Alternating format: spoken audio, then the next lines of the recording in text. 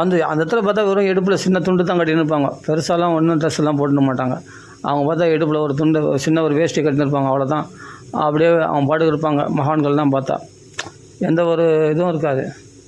நெத்தியில் சந்தனம் இட்டுப்பாங்க, இல்லாட்டி திருநெல் இட்டுப்பாங்க. அதான் அங்கே சிவன் கோயில் இருக்குது. அங்கே சிவ பூஜைலாம் நடக்கும். அங்கே சிவராத்திரி அன்றைக்கி மாதம் சிவராத்திரி அன்றைக்கி பூஜைகள் எல்லாமே அமாவாசை பௌர்ணமிக்கெலாம் பூஜைகள் பண்ணுவாங்க அங்கே. ஆனால் ஞான விஷயத்தை பற்றி தான் நிறைய பேசுவாங்க. அப்படியேப்பட்ட மகாத்மாக்களிடத்தில் நான் கேட்குறது போல் கல்யாணம் பண்ணிக்க போகிறேன் அப்படின்னு. கல்யாணம் பண்ணிக்காத, வேண்டாம், ஒன்றும் இல்லை, கல்யாணம் பண்ணிக்கின்னு பெரிய சௌக்கியம்லாம் ஒன்றும் அடைஞ்ச மாட்டேன், அற்பமான சௌக்கியம்தான், பெரிய சௌக்கியம்லாம் ஒன்றும் கிடச்சிடாது, அற்பமான சௌக்கியம்தான். ஆனால் நீ அதை பெருசாக நினைக்கிற, புரியுதா? அதனால் வேண்டாம், கல்யாணம் பண்ணிக்காத. கல்யாணம் பண்ணி யாருமே நிம்மதியாக இல்லை, வாழ்க்கையில் சந்தோஷமாக இல்லை, அதனால் கல்யாணம் பண்ணிக்காதுன்னு அட்வைஸ் பண்ணுறாரு. அப்படி அது ஆணாக வந்தாலும் சரி பெண்ணாக வந்தாலும் சரி அவர் பண்ணுற அட்வைஸ் இது தான். அது பெண்ணானாலும் ஆனாலும் சின்ன பசங்க கல்யாணம் பண்ணிக்காத, கல்யாணம் பண்ணிக்காது, இதை தான் சொல்லுவார் அவர். நான் இப்படிப்பட்ட வயசில் பெரியவர், அவர் ஒரு மகாத்மான்னு சொல்கிறீங்க, அவர் இப்படி சொல்லாமான்னா நல்லது தான் சொல்கிறாரு. அது ஆணாக இருந்தாலும் சரி பெண்ணாக இருந்தாலும் சரி கல்யாணம் பண்ணிக்காதீங்க, இப்படி தான் சொல்லுவார். வந்த உடனே நான் கேட்டதுக்கு எனக்கு இதுதான் பதில் சொன்னார், கல்யாணம் பண்ணிக்காத, வேண்டாம், என்றைக்கோ செத்துட்ட பிறகு நரகம் வரப்போகுதுன்னு சொல்கிறீங்க, அது நீ இப்போவே நீ வர வச்சுக்கிற நரகத்தை, இப்போ நானே போய் நரகத்தில் விழுந்துடுறேன் அப்படின்னு சொல்கிறது தான் கல்யாணம் பண்ணிக்கிறது அப்படின்ட்டு அவர் சொல்கிறார். அப்படின்னா எனக்கு எப்படி இருக்கும் பாருங்கள். சரி, இவர் இப்படி சொல்கிறாருன்னு சொல்லிட்டு நான் என்ன பண்ணேன், அப்போ இஸ்கானுக்கு போயிருந்தேன். இஸ்கான் கோயிலுக்கு போயிருந்தேன் கல்யாணம் ஆகிறதுக்கு முன்னாடி. அப்போது பெரம்பூருக்கு போனேன், பெரம்பூர் இஸ்கான். அப்போ தாமோதர பிரபுன்னு ஒருத்தர் இருந்தார். தாமோதர பிரபு அவர் குடும்பஸ்தர் தான். அவர் அவருக்கு ஒரு பையன் பையன் பொண்ணு இருக்குது.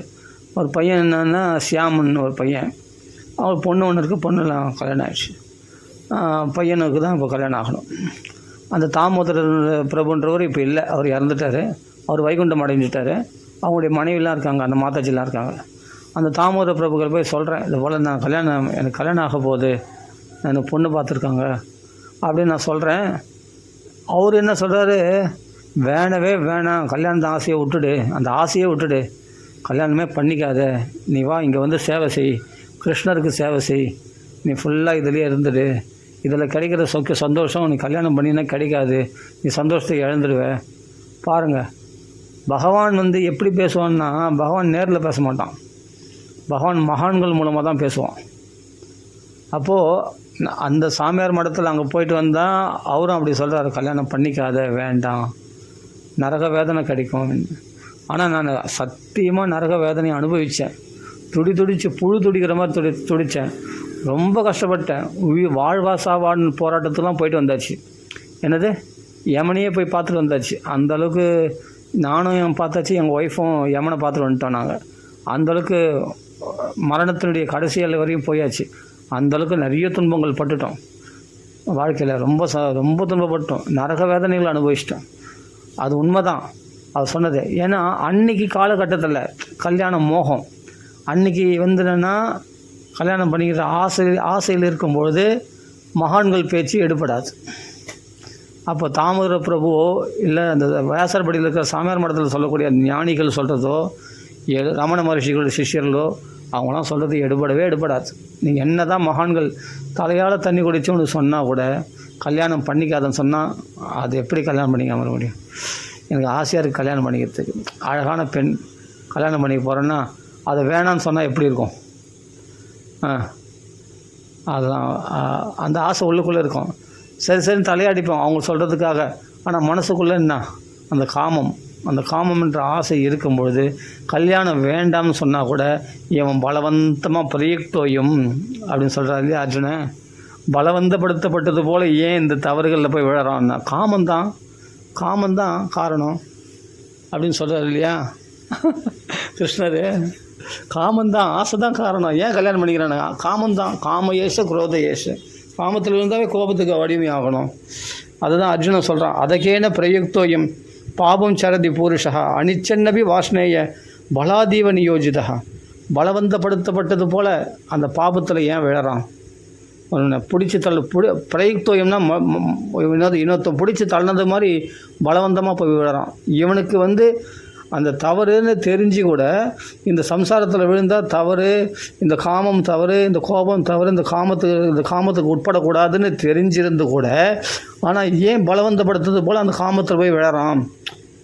ஏன் இந்த பாபங்கள், ஏன் இவன் பாபங்கள் செய்யக்கூடாது, பாவம் தப்பு, இது காமம் பாபம், கோபம் பாவம் அப்படின்னு தெரிஞ்சு கூட அதில் போய் பலவந்தப்படுத்தப்பட்டது போல், என்னவோ நியமிக்கப்பட்டவன் போல் அதில் போய் புஷ் பண்ண மாதிரி போய் ஏன் அதில் போய் விழறான் அந்த சம்சாரத்தில் அப்படின்னா, அதுதான் கீதையில் பகவான் சொல்கிறார், அந்த அளவுக்கு காமம் அவன் கண்ணை மறைக்குது. அந்த ஒரு ஆணாக சரி பெண்ணாலும் சரி, அந்த பெண்ணுடைய கண்ணில் அந்த காமம் மறைக்குது. கல்யாணம் பண்ணிங்கன்னா அந்த காம சுகத்தை அனுபவிக்கலாம் அப்படின்னு பெண்ணுக்கும் சரி ஆணுக்கும் சரி அந்த காம சுகத்தை அனுபவிக்கலாம் இல்லையா, அந்த தாம்பத்திய உறவை அனுபவிக்கலாம், அந்த சௌக்கியத்தை. அதுதான் சொல்கிறார். அதுக்கு காரணம் என்னென்னா கீதையில் பகவான் சொல்கிறார் காம ஏஷ. அதுக்கப்புறம் என்னென்னா அதுவே கோபமாக பரிமணிக்கும் போது ஆஹா ஏண்டா கல்யாணம் பண்ணிக்கணும் அப்படின்னா, காம ஏஷ குரோத ஏஷ ரஜோகுண சமுத்பவ. ரஜோகுணத்திலிருந்து உற்பத்தியான காமம் தான் இதுக்கு காரணமாக. தமோ குணத்தில் உள்ள கோபத்தில் கொண்டு போய் தள்ளிடுமா. அது பிறகுண்ணா மறுபடியும் என்னென்னா அந்த கோபம் மறைஞ்சி போச்சுன்னா மறுபடியும் ஆசைப்படுவான். மகா ஆசனும் திருப்தி அடையாதது, திருப்பி அதே ஆசை, திருப்பி மறுபடியும் கோபம், திருப்பி எரிச்சல், திருப்பி கஷ்டங்கள், வாழ்க்கையில் நஷ்டங்கள்.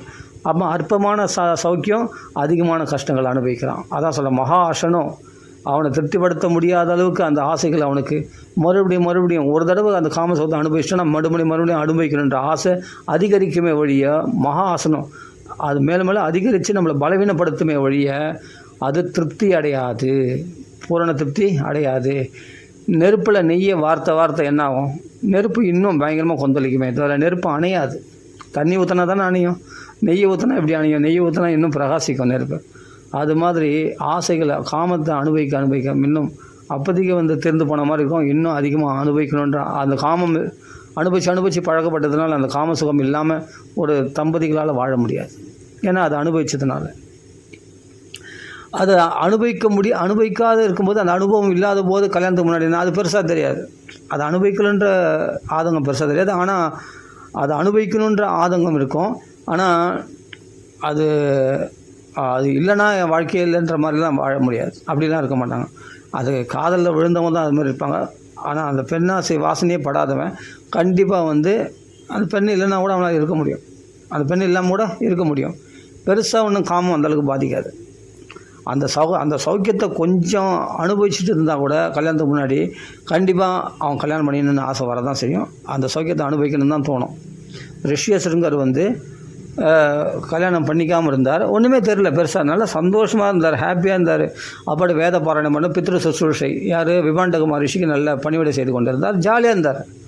ஆனால் அந்த வேசிகள் வந்தாங்க இல்லையா, அவர்கள் கட்டி பிடிச்சி ஆலிங்கனம் பண்ணாங்க இல்லையா, அந்த ஆலிங்கன சௌக்கியத்தில் என்ன தான் இருந்தாலும் சரி, இவர் என்ன தான் பிரம்மச்சரியத்தை கடைப்பிடிச்சிருந்தாலும் சரி, நமக்குள்ளே ஒரு சில ஹார்மோன் சேஞ்சஸ்ன்னு சொல்லுவாங்க இல்லையா, ஹார்மோன் சேஞ்சஸ், அந்த உணர்வுகள் எப்படி தானே தூண்டப்படும்.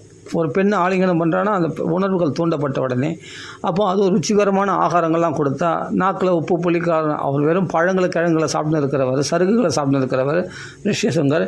இந்த வேசிகளால் கொடுக்கப்பட்ட அந்த மோதகங்களை, லட்டு, ஜிலேபி இதெல்லாம் கொடுத்தா அந்த சுவைகள் நாக்கில் ருசி வந்துச்சுனாவே ஆட்டோமேட்டிக்காக உணர்வுகள் தூண்டப்பட்ட உடனே அந்த பெண்கள் ஆலிங்கனை கட்டி பிடிச்ச உடனே இவருக்கு தன்னறியாமலே காமம் மீறி விட்டோடனே ரிஷியசங்கர் அந்த பெண்கள் வரவை எதிர்பார்த்து கொண்டிருக்கிறார் மறுநாள்.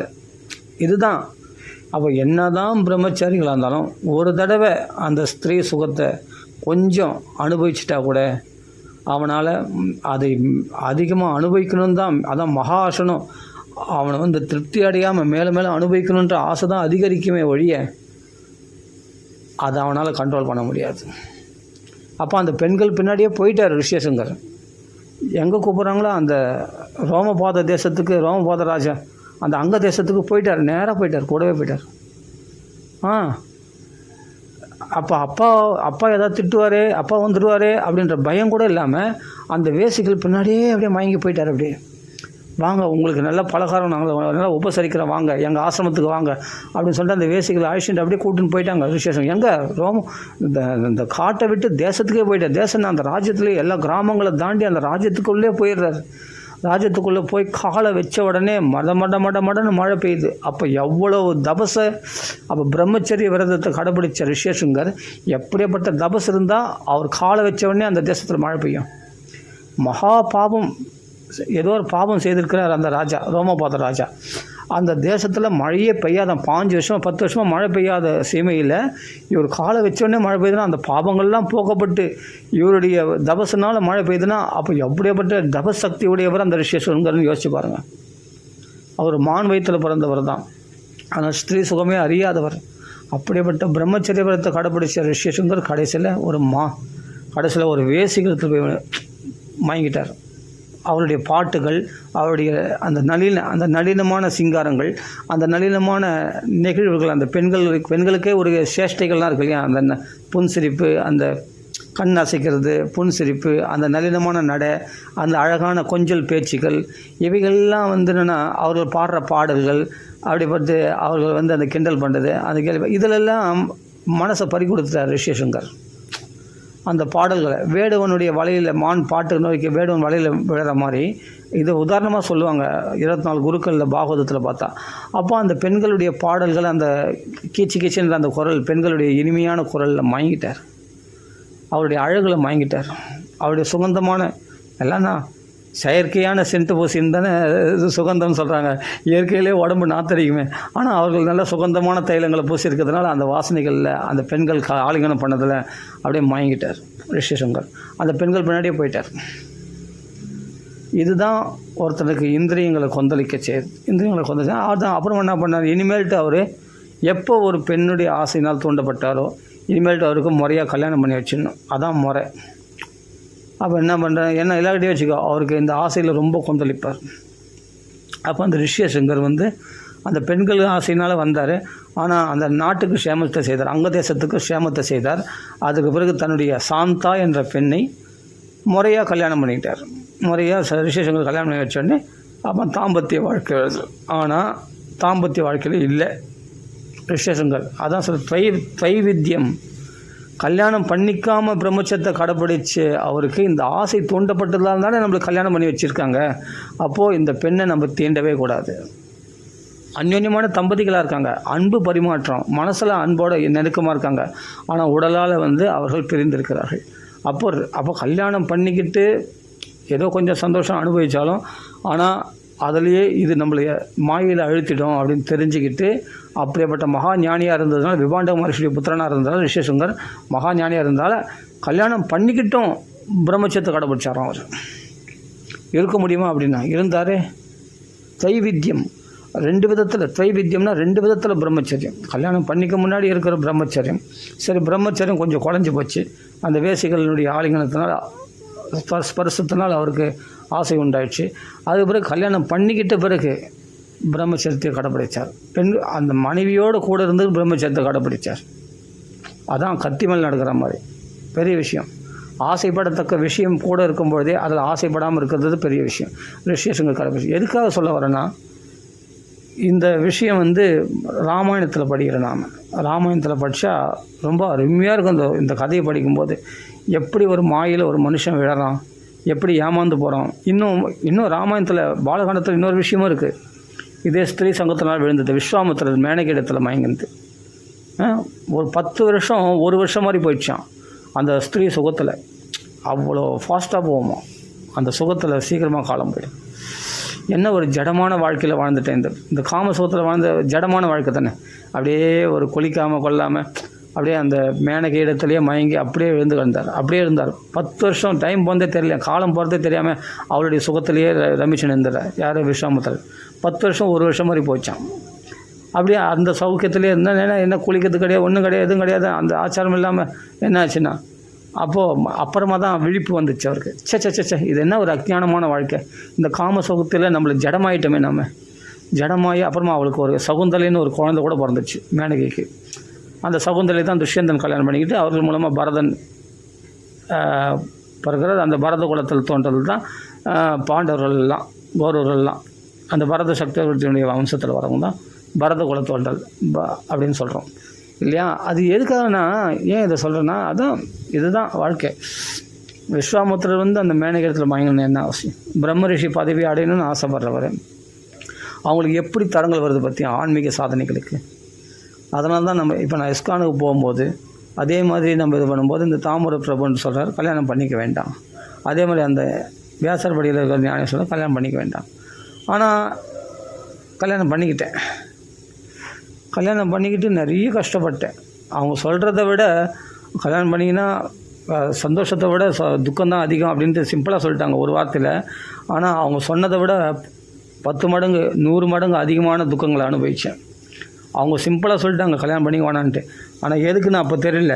கல்யாணம் பண்ணின பிறகு தான் தெரியுது அதிகமான துக்கங்கள், இவ்வளோ கொடூரமான துக்கங்கள், கோரமான துக்கங்கள், கோரமான சம்பவங்கள், கோரமான கஷ்டங்களை அனுபவிக்கும் போது தான் இவ்வளோ கொடுமையாட அந்த கல்யாணம் பண்ணிக்கிட்டா அப்படின்னு. அப்போ தான் அப்பா திகில், பயம், அதிர்ச்சி அப்படின்ட்டு ஹாஸ்பிட்டல் போது இப்போ என் மனைவிக்கு உடம்பு சரியில்லாத ஹாஸ்பிட்டல் போது உயிராக வாழ்வா சாவா பழைக்கிறது ரொம்ப கஷ்டம் அப்படின்னு சொல்கிறாங்க டாக்டர். அப்படின்னு ரொம்ப இது பண்ண அப்படின்னா எப்படி இருக்கும்? ஐசி வார்டில் பயந்து திகில் திகில் திகில் திகில் பயத்தில் நடுங்கி போய் அப்பா அப்பா எப்படியாவது பைசா போதும் பைசா போதும் பைசா போதும் பகவானை போய் கிருஷ்ணனை போய் வேண்டி இஸ்கான் கோயில் போய் வேண்டி நாம ஜபம் ஹரே கிருஷ்ண மகாமதத்தை நிறைய சொல்லி எப்படியோ பகவான் அந்த ஜபமாலையை வச்சு என்னுடைய ஒய்ஃப் தலையில் அந்த ஜபமாலையை வச்சு ஜபிச்சு ரொம்ப நேரம் பகவான் நாமத்தை சொல்லி அழுது புரண்டு பகவானுக்களை கோயிலில் போய் கோயில் பூட்டி கிடந்தால் கூட அங்கே போய் வெளியில் போய் உட்காந்து பெரம்பூர் இஸ்கான் கோயிலில் போய் உட்காந்து சுற்றி வந்து அந்த கோயிலை, ஏன்னா மத்தியான டைமில் போட்டி இருக்கும் கோயில், அந்த மத்தியான டைமில் போய் அழுது புலம்பி கிருஷ்ணனிடத்தில் எப்படியாவது என் மனைவியை காப்பாற்று ஹாஸ்பிட்டலுக்கு அப்படின்னு சொல்லிட்டு அப்புறமா நானா கொஞ்சம் பரவாயில்ல சுமாராக இருக்குது அப்படின்னு சொன்ன உடனே தான் வயிற்றில் பாலை வாத்தின மாதிரி இருந்தது. எவ்வளோ துடிச்சேன்னு தெரியுமா, எவ்வளோ அல்லல் பட்டம் தெரியுமா, எவ்வளோ பயம் தெரியுமா. 3 தடவை அது மாதிரி வாழ்வா சாவான் என் மனைவிக்கு. அதே மாதிரி எனக்கு வாழ்வா சாவான்னு ஒரு டைமில் வந்துடுச்சு. ஹாஸ்பிட்டலுக்கு போய் ரொம்ப கஷ்டப்பட்டு. இது மட்டும் இல்லை, பங்காளிகளால் அண்ணன் தம்பிகளோட சொத்து பிரச்சனையினால், குடும்ப தகராறுகளால், சித்தப்பா உறவினர்கள் பந்துக்களை அண்ணன் தம்பி அக்கா தங்கச்சி எங்களுக்குள்ளே நடக்கிற சண்டை, இந்த கொடூரங்கள் என்னால் கல்யாணம் ஆன பிறகு தான் எல்லாமே சண்டையே பயங்கரமாக. ஏன் சொத்து உன் சொத்து அந்த பிரச்சனை இந்த பிரச்சனை. அப்போ குடும்ப பிரச்சனைகள் பயங்கரமாக இருந்தது. அடில் தடில்னு வாக்குவாதம் இது. அப்புறமா பார்த்தா என்னென்னவோ அதெல்லாம் சொல்ல முடியாது சில விஷயம்லாம். அப்படியேப்பட்ட கொடுமைகள், வார்த்தைகள்லாம் தப்பான வார்த்தைகளை பிரயோகம் பண்ணி என்னை நிந்திக்கிறதும் நான் கூட சேர்ந்து பேசுகிறதும் என்னென்னவோ ரொம்ப விகாரங்கள் ஆயிடுச்சு. எதனால்? கல்யாணம் ஆகிறதுக்கு முன்னாடி அண்ணன் தம்பி தங்கச்சிலாம் எல்லாம் ஒத்துமையாக இருந்தோம். கல்யாணம் ஆன பிறகு அவங்கவுங்க குடும்பம் தனியாகி போச்சு. அப்புறம் நான் சொத்து சுகத்தினால பிரச்சனை, பயங்கரமான பிரச்சனை. யோசித்து பாருங்கள். கல்யாணம் பண்ணிக்கிறதுக்கு முன்னாடி இருந்த சந்தோஷம் கல்யாணம் பண்ணிக்கின பிறகு இருக்காது, சத்தியமாக இருக்காது. அப்படியே நீ சந்தோஷம் அடைஞ்சாலும் ஒரு நாள் சந்தோஷம் 10 நாள் துக்கமாக இருக்கும். ஒரு நாள் நீ நல்லா சிரிச்சிட்டுன்னா சந்தோஷமாக, அது கலிபுருஷனுக்கு பொறுக்காது. உடனே 10 நாள் துக்கத்தை கொடுப்பான். அந்த வேலைகள் அதாவது ரொம்ப கஷ்டப்படுவோம். அதாவது என்னென்னா, சுதந்திரமாக தனிக்காற்றாச்சா மாதிரி இருந்தவன், அது ஆணாக இருந்தாலும் சரி பெண்ணாக இருந்தாலும் சரி, நான் 2 பேரும் சமமாக தான் சொல்கிறேன். எனக்கு அப்படி தான் அவர் சொன்னார், அந்த மகாத்மா, அந்த வியாசப்பிள்ளை அந்த மகா ஞானி. அதை பலவந்தப்படுத்தப்பட்டது போல் அர்ஜுனன் சொல்கிறான். பலவந்தப்படுத்தப்பட்டு ஏன் போய் அந்த சம்சாரத்தில் விழுறானா? காமம், ஆசை அடக்க முடியல. அந்த ஆசையை அனுபவிக்கிறதுக்காக கல்யாணம் பண்ணிக்கிறான். அது பெண்ணாக இருந்தாலும் சரி ஆணாக இருந்தாலும் சரி, அவளும் ஆசைப்படுறது, அந்த ஆசையை அனுபவிக்கிறதுக்காக கல்யாணம் பண்ணிக்கிறான். அவள் எதிர்பட்ட மனோரதங்கள்லாம் நிறைவேறதுக்காக கல்யாணம் பண்ணிக்கிறான். ஒரு கணவன் வேணும்னு ஆசைப்பட்றான். அதே மாதிரி அவனுக்கு மனைவி வேணும்னு ஆசைப்பட்றான். அதுக்கப்புறமா சரி, அப்புறமா இல்லறம் எப்படி இருந்தான்? ரொம்ப நல்லறமாக இருக்குது, சந்தோஷமாக இருக்குது, எல்லாமே இன்றைக்கி வரைக்கும் எங்கள் குடும்பத்தில் பிரச்சனையே இல்லை, எங்களுக்கு துன்பமே வந்தது கிடையாது, நாங்கள் ஆனந்தமாக இருக்கிறோம் அப்படின்னு சொல்லுவோம். பார்க்கலாம், ஒரே ஒரு தம்பதிகளாது எங்கள் குடும்பத்தில் பிரச்சனையே ஒரு சின்ன பிரச்சனை. நாங்கள் இன்றைக்கி வரைக்கும் ஒரே கலகலன்னு சிரிச்சின்னு ஒரே கும்மானமாக சந்தோஷமாக ஜாலியாக இருக்கிறோம். ஒரு சின்ன ஒரு ஏசல் பூசல் கூட வரல எங்களுக்குள்ளே. நான் அவரை ஏசுறதோ அவர் என்ன ஏசுறதோ, ஏதோ பூசல் எங்களுக்குள்ள பிரச்சனையோ எதுவுமே வரல. நாங்கள் அவ்வளோ ஜாலியாக ஒத்துமையாக சந்தோஷமாக இருக்கிறோம் அப்படின்னா நடக்கவே நடக்காது. அது சீதாராமனுக்குள்ளவே இல்லை. அது நான் தசரத சக்கரவர்த்தி கைகைக்கு அப்படிப்பட்ட அவங்களுக்குள்ளே இல்லை ஒத்துமை. அப்படின்னும் போது நம்மளாம் ஏமாத்திரம். எந்த தம்பதிகள் ஒத்துமையாக இருந்தாங்க சொல்லுவோம் பார்க்கலாம். எல்லாருக்குள்ள அப்படியேப்பட்ட மகாபதிவரதியாக காந்தாரி திருதராஷ்டனுக்குள்ளே பூசல் கேஸில் வந்துடுச்சு. ஒரு டைமில் துரியோதன விஷயத்தில். துரியோதனம் பண்ணுறது அதர்மன் காந்தாரி கண்டிக்கிறான். திருதராஷ்டிரன் அதை ஒத்துக்க மாட்டேன்றான், புள்ள தான் வசத்தின்றான். காந்தாரி எவ்வளோ சொல்லி பார்த்து கேட்கல. சரி ஓகே, பதிவிர தர்மத்தை கடைப்பிடிக்கணும், கணவனை அனுசரித்து போகிறான். அப்போ எல்லா இடத்துலையுமே இந்த தம்பதிகளுக்குள்ளே ஏசல் பூசல் இருக்கத்தான் செய்கிறது. பிரச்சனையே இல்லாத வாழ்க்கை கிடையாது. ஆனால் கல்யாணம் பண்ணிக்காமல் இருந்தால் பிரச்சனை வராதா அப்படின்னா அதை விட கொஞ்சம் கம்மியாக வரும், அவ்வளோதான். அது எவ்வளோ மேல். ரொம்ப நிறைய பிரச்சனைகள் ஈடுபடாமல் அவன் எஸ்கேப் ஆகிடுறான், அவனுக்கு சந்தோஷம். ஆனால் அவன் ஆன்மீக சாதனைகளை சுதந்திரமாக ஆன்மீக சாதனைகள் பண்ணுறதுக்கான நல்ல வாய்ப்பு பிரம்மச்சரியத்தை கடைப்பிடிக்கிறதுனால, கல்யாணம் பண்ணிக்காமல் இருக்கிறதுனால. அப்போ ஆன்மீக சாதனைகளை செவ்வனே அவன் கடைப்பிடிக்கலாம், நல்லா ஃப்ரீயாக பண்ணி. இப்போ யாரும் ஒன்று கேட்பார் இல்லை, நீ தைரியமாக பகவத் விஷயத்தில் பகவத் தொண்டில் பூர்ணமாக செயல்படலாம். இன்றைக்கி இஸ்கானில் வந்து பிரம்மச்சாரிகள்லாம் ஆசிரமம் இருக்குது. பிரம்மச்சாரிகள் சுதந்திரமாக பகவத் பக்தி பண்ணி ஆனந்தமாக அவன் பாட்டு சாந்தமாக ரிலாக்ஸாக சந்தோஷமாக இருக்கிறாங்களே. எதுக்கு சொல்ல வரேன்னா, இது நான் சொல்லலை, எனக்கு வந்து மகான்கள் சொன்னது, ஞானிகள் சொன்னது, அதுக்காக சொல்ல வரேன். நான் சொன்னதானே எடுத்துக்காதீங்க. மகான்கள் சொல்லியிருக்காங்க கல்யாணம் பண்ணிக்காத. நான் சொன்னேன் இல்லையா, இஸ்கான் கோயிலில் தாமர பிரபுன்னு ஒருத்தர், அவருக்கு இல்லறவாசி தான். அவருக்கு அப்போ இல்லறத்தில் எவ்வளோ அனுபவிச்சிருந்தால் அவர் அந்த வார்த்தை வாயில் வரும், கல்யாணம் பண்ணிக்காதுன்ற வார்த்தை வரும். இத்தனைக்கும் அனுகூலமான பத்தினியாக தான் அவங்க இருக்கிறாங்க. எல்லாமே பிள்ளைகள்லாம் அனுகூலம் தான், பெண்கள்லாம் அனுகூலம் தான் அவருக்கு, தாமர பிரபுவுக்கு. அவர் இஸ்கானில் இருக்கிறது, அவருக்கு எல்லாமே அனுகூலமாக இருக்கிற மாதிரி தான் நான் பார்த்தேன் வெளிப்புறமாக. ஆனால் அவர் வந்து என்ன அனுபவிச்சாரோ ஏதோ தெரியல, வெளிப்புறமாக அவங்க பார்த்தா ஒத்துமையாக தான் இருக்கிறாங்க.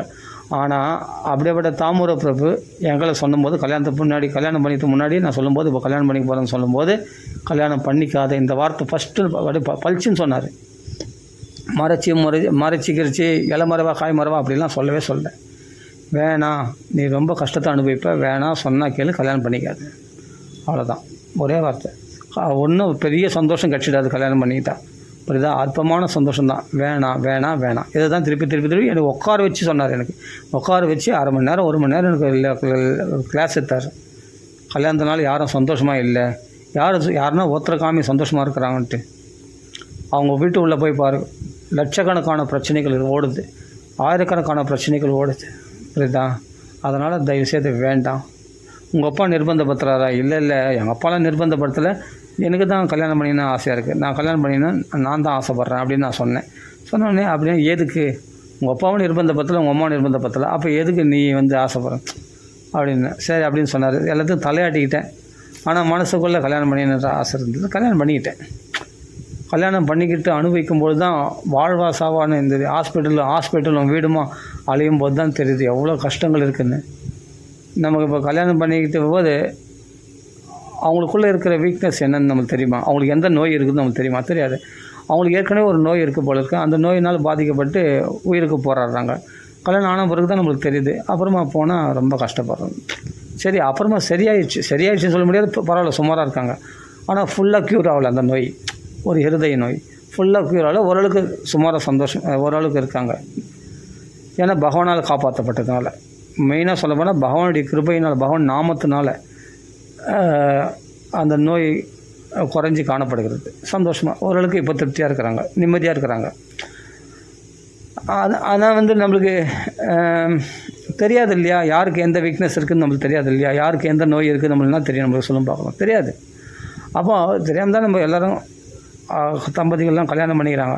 ஆனால் பின்னாடி அனுபவிக்கும்பொழுது தான் ஓஹோ இவ்வளோ பிரச்சனைகள் இருக்குதா, கல்யாணம் பண்ண பிறகு தெரியாதனால தான் முன்னாடியே சொன்னாங்க.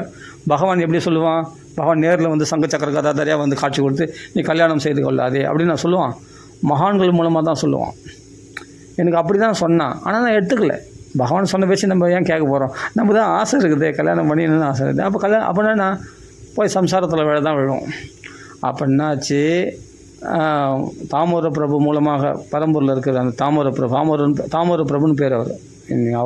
அவர் இன்றைக்கி வைகுண்டத்துக்கு போயிட்டார், வயசாகி போச்சு, வைகுண்டம் போயிட்டார். ஆனால் அந்த மகாத்மாவை இன்றைக்கி நான் ஸ்மரிச்சுப்பேன். அந்த மகாத்மா வாக்கு நான் கேட்கலையே அப்படின்னு இன்றைக்கி நான் நினச்சிப்பேன். அந்த மகாத்மா எனக்கு கிடைச்சிருந்தாருன்னா அவர் தான் எனக்கு குரு, அப்படி எடுத்துன்னு இருப்பேன். அப்படி சொன்னார் எனக்கு உபதேசம், உட்கார வச்சு சொன்னார். ஒரு குழந்தைக்கு சொல்கிற மாதிரி, இப்போ கிளிப்பிள்ளைக்கு சொல்கிற மாதிரி சொன்னார். எனக்கு நான் கேட்கலை, ஆசை வயப்பட்டு கல்யாணம் பண்ணிக்கிட்டேன். அதே மாதிரி தான் சாமியார் மடம் சொல்லக்கூடிய வியாசர்படியில் அந்த ரவீஸ்வரர் கோயில் பக்கத்தில் இருக்க அந்த சாமி மடத்தில் அங்கே ஒரு ஞானி சொன்னார். அந்த மகாத்மா ரமண மகர்ஷியுடைய சிஷ்யர்கள் அவங்க. அந்த மகாத்மா சொன்னார், வேணாம் கல்யாணம் பண்ணிக்காத, நம்ம வாழ்க்கை நல்லா இருக்கணும்னா கல்யாணம் பண்ணிக்காத. கல்யாணம் பண்ணிக்காமல் சரி இவங்களாம் சாமியார்கள் அப்படி தான் சொல்லுவாங்க, சாமியாரை போய் என்னன்னு சொல்லுவாங்க, கல்யாணம் பண்ணிக்காதுன்னு. அப்படி கிடையாது விஷயம் அது இல்லை. நீ மகான்களுக்கு தெரியும் பின்னாடி நீ எவ்வளோ கஷ்டப்பட போகிறன்றது மகான்களுக்கு தெரியும். அதனால் முன்னாடியே அவங்களுக்கு அந்த ஞானம் தெரியும். அந்த ஞானிகள் அவங்களுக்கு பின்னாடி நீ எவ்வளோ துன்பப்பட போகிற, எவ்வளோ அல்லல் பட போகிறன்னு தெரிஞ்சதுனால்தான் அவங்க தீர்க்கதரிசிகளாக இருந்து சொன்னாங்க. அந்த தாமூர பிரபுவும் அப்படியேப்பட்ட மகாத்மா. அந்த சாமியார் மடத்தில் இருக்கிற அந்த மகாத்மா ரமண மகர்ஷியுடைய சிஷ்யர், அவர் பேர் எனக்கு தெரியாது, மறந்துட்டேன். அந்த மகாத்மா அவங்களாம் ஞானத்தினால பார்த்து சொல்கிறாங்க. உண்மையிலே தீர்க்கதர்ஷிகள் பின்னாடி வர போகிறத சொல்கிறாங்க. இதனால் உனக்கு துன்பந்தான் வருமே தவிர வேண்டாம், கல்யாணம் வேண்டாம் அப்படின்னு உறுதியாக சொன்னாங்க. நம்ம அடியேன்னு கேட்கல, யாரும் கேட்கல. அவர் எத்தனை பேர் சொல்லியிருக்காரு. அது ஆணாக இருந்தாலும் சரி பெண்ணாக இருந்தாலும் வந்தால் சொல்லுவார், கல்யாணம் பண்ணிக்காதீங்க வேணாம், அவ்வளோதான். நீங்கள் இப்போ என்ன உங்களுக்கு குறைச்சல், உங்களுக்கு என்ன குறைச்சல்? இங்கே ஞான விஷயத்தை கேளுங்க. சம்பாதிக்கிறீங்களா, நீங்கள் சம்பாதிச்சு தான் நீங்கள் சாப்பிட போகிறீங்க. நல்லா சம்பாதிங்க, சாப்பிடுங்க, சந்தோஷமாக இருங்க, பகவானுக்கு சேவை செய்யுங்க, சுதந்திரமாக இருங்க. புரியுதா? சம்சாரன்ற பந்தத்தில் போய் மாட்டிக்காதீங்க. அப்படி தான் அவருக்கு வரவங்களுக்கெல்லாம் அப்படி தான் உபதேசம் பண்ணுவார். அவர் மகா ஞானி தான். உண்மையிலேயே சொன்னார், எனக்கு சத்தியமாக சொன்னார், எனக்கு கல்யாணம் பண்ணிக்காதன்னு சொன்னார் அவர். நான் இதில் நம்ம பொய் சொல்கிறதுக்கு ஒன்றுமே இல்லை. அப்படின்னா மகான்கள்லாம் அப்படி தான் சொல்லுவாங்க. சரி, அவர் ஏதோ அவர் இதில் சொல்கிறாரு, நமக்கு எதுக்கு அப்படி. இதே தாமர பிரபு கூட நான் ஒரு ஆங்கிளில் குறைய நினச்சேன். இவர் நம்மளை கல்யாணம் பண்ணிக்குவானான்னு சொல்கிறாரு, இவர் கல்யாணம் பண்ணிக்க அமர்த்திருக்காரா? இவருக்கு ஒரு பையன் ஒரு பொண்ணு இருக்குது, கல்யாணம் பண்ணிக்கிறாரு, மனைவியோடு தானே இருக்கிறாரு அப்படின்னு என் மனசுக்குள்ளே தப்பான எண்ணம் வந்தது. ஆனால் நான் அதை கேட்டுக்கல, மனசுக்குள்ளே வச்சுட்டேன். ஆனால் நம்மளை கல்யாணம் பண்ணிக்குவானான்னு சொல்கிறாரு இவர் மட்டும் கல்யாணம் பண்ணியிருக்காரு அப்படின்னு நான் ஒரு குறைய மனசுக்குள்ளே நினச்சேன். அப்புறமா தான் திங்க் பண்ணேன், ஏன் சொன்னாருன்னு. அப்புறமா கல்யாணம் பண்ணின பிறகு அனுபவிக்கிற கொடுமைகளை நினச்ச போது தான் சபாஷ், தாமர பிரபு அவ்வளோ துன்பங்களை அனுபவிச்சிருக்காரு. அதனால தான் நம்ம நன்மைக்காக நான் தான் விழுந்தேன் குழியில், நான் தான் சம்சாரத்தில் விழுந்தேன், நீயாவது விழாமல் தப்பிச்சுக்கடான்னு நம்ம மேலே கருணையினால் சொல்லியிருக்காரு அந்த தாமர பிரபு. அதை போய் நான் தப்பாக நினச்சிட்டேன். இவர் மட்டும் சந்தோஷமாக இருக்கிறது கல்யாணம் பண்ணி பாரான், நம்மளை மட்டும் கல்யாணம் பண்ணி வேணாம்னு சொல்லுவாரான் அப்படின்னு நான் குறையாக நினச்சேன். ஆனால் அவர் சொன்ன விஷயம் வேறு. என்னென்னா நான் தான் இந்த படுகொழியில் விழுந்துட்டேன், இந்த சம்சாரத்தில் விழுந்துட்டேன், நீயாவது தப்பிச்சுக்கடா அப்பான்னு நம்ம மேலே உள்ள கருணையினால் நம்மளுக்கு குருவாக இருந்து கூட உட்கார வச்சு கிளிப்பிள்ளைக்கு சொல்கிற மாதிரி பாடமாக சொல்லி கொடுத்தாரு. யார்? தாமூர பிரபு எனக்கு சொன்னார், குழந்தைக்கு சொல்கிற மாதிரி சொல்லி கொடுத்தாரு. ஆனால் நான் கேட்கலையே. அவரை தப்பாக நினச்சி அவர் மட்டும் கல்யாணம் நம்மளுக்கு கல்யாணம் பண்ணிக்கூடாது அப்படின்னு சொல்லி கல்யாணம். அப்போ எவ்வளோ நேரம் நம்மளுக்கு உபதேசம் பண்ணது வேஸ்ட்டு, இவ்வளோ நேரம் உபன்யாசம் பண்ணதும் வேஸ்ட்டு. ஏன்னா அவனுக்குள்ள அந்த ஆசை இருக்குது கல்யாணம் பண்ணிக்கணுன்னு, அதுதான் ஜெயிக்கும். நம்ம சொல்கிறதெல்லாம் எடுபடாது. ஆனால் புத்திசாலிகள் மகான்கள் சொல்கிற வார்த்தைகளை வேத வாக்காக எடுத்துக்கொண்டு ஸ்ரத்தையாக கடைப்பிடிப்பாங்க. அவர்கள் இந்த சம்சாரத்தில் தப்பிச்சிடுறாங்க. சனகாதி முனிவர்களை கல்யாணம் பண்ணிக்கிட்டு குழந்தை குட்டிகளை பெற்றுக்கோங்கன்னு தான் சொன்னார். யார்? பிரம்மதேவர். நான் சிருஷ்டியில் ஈடுபடுங்க அப்படின்னு சொன்னார். ஆனால் சுவாயம்பு மனு கல்யாணம் பண்ணிக்கிட்டு அந்த சதுரூபி கல்யாணம் பண்ணிவிட்டு சிருஷ்டியில் ஈடுபட்டார். அப்பா சொன்ன பேச்சுக்கு பிரம்மதேவர் சொன்ன பேச்சு சுவாயம்பு மனு சதுரூபி தான் கேட்டாங்க. ஆனால் சனகாதி முனிவர்கள் கல்யாணம் பண்ணிக்கல, பிரம்மச்சரிகளாகவே வாழ்ந்துட்டாங்க. சனகாதி முனிவர்கள் அவங்க கேட்க மாட்டேன்ட்டாங்க. அப்பாவே ஆனாலும் சரி, எதை கேட்கணுமோ அதுதான் கேட்கணும். இதை வேணான்னா வேணாம் தான், கேட்கல. அவர்கள்னா சந்தோஷமாக அதான் சொல்ல, அதை கால சமாதிஷ்ட ஜரா யுஷ்மன்ன பாததே. அதனால் அவங்களுக்கு மரணம் இல்லாமல் காலனே அவங்கள தொடலையாம். ஏன்னா மரணம் இல்லாமல் வாழ்கிறாங்க, இப்போ சிரஞ்சீவிகளாக இருக்கிறாங்க சனகாதி முனிவர்கள். அது மட்டும் இல்லை, முதுமை பாதிக்கல. எப்போ 5 வயசு குழந்தைகள் போல் இருக்கிறாங்க. எப்போ எப்படின்னா அனவரதம் கிருஷ்ணனுடைய சேவையில் சதா வைகுண்ட நிலையா ஹரிகீர்த்தன் தத்பராக லீலாமிரத ரசோன்மத்தா கதா மாத்திரைக்கு ஜீவனா அனவரதம் பகவானுடைய குணங்களை பற்றி பேசிட்டு லீலாமிருதங்கள ரசத்தில் உண்மத்தை பித்து பிடித்தவர்களாக ஆனந்தமாக இருக்கிறாங்க. அவர் ஆனந்தத்துக்கு குறைச்சல் கிடையாது. நாரதரே பிரம்மச்சாரி தான். ஆனால் அவருக்கே கவலை ஏற்பட்ட போது அந்த நாரதருடைய கவலையை போக்கினவர்கள் சனகாதி முனிவர்கள், பக்தி ஞான வைராக்கியத்துடைய கவலையை போக்கினவர்கள். அப்படிப்பட்ட பெரிய மகாத்மாக்கள் சனத்குமார, சனசுஜாத, சனகர், சனந்தனர் அப்படின்னு சொல்லி இந்த 4 பேரை சொன்னாலே நம்மளுக்கு பவித்திரமாயிடுவோம். நாங்கள் அப்படிப்பட்ட சனகாதி முனிவர்கள் மூத்த புத்திர பூர்வேஷாம் அப்படி பூர்வஜாக மூத்த புத்திரர்கள் பிரம்மதேவருக்கு. நாரதருக்கு அண்ணாக்கள் அவங்களாம் சனகாதி முனிவர்கள். எப்படி வாழ்ந்தாங்க? சந்தோஷமாக இருந்தாங்க. அகண்டிதம் பிரம்மச்சரியத்தை கடைபிடிச்சிருந்து அவர்கள் என்ன சிரஞ்சீவிகளாக வாழ்கிறாங்க. ஆஞ்சநேயர் அனவரதும் ராமநாமா சொல்லிட்டு சம்சாரத்தில் கல்யாணம் பண்ணிக்காமல் வாழ முடியாதானே? ஏன் வாழ முடியாது? ஆஞ்சநேயர் வாழ்ந்திருக்காரு, சனகாதி முனிவர்கள் வாழ்ந்திருக்காங்களே, மார்க்கண்டேயர் வாழ்ந்திருக்காரு, சிரஞ்சீவிகளாக வாழ்கிறாங்களே. மார்க்கண்டேயர் என்றும் 16, எப்பொழுதும் 16 வயசு தான் அவருக்கு அழிவே கிடையாது. சிரஞ்சீவியாக வாழ்கிறார். மார்க்கண்டேயர் சிரஞ்சீவி, ஆஞ்சநேயர் கல்யாணம் பிரம்மச்சாரி, அவரும் சிரஞ்சீவி, சனகாதி முனிவர்களும் சிரஞ்சீவி. அவரெல்லாம் ஊர்த்வரே தசுகள். கீழ்முகமான ஆசைகள் உடையவர்கள் கிடையாது, அவங்களாம் மேல்முகமான ஆசை உடையவர்கள். அதாவது மேல்முகமாகிய பகவத் ஆசை உடையவர்கள், பௌதிக ஆசைகள் அற்றவர்கள் அவங்களாம்.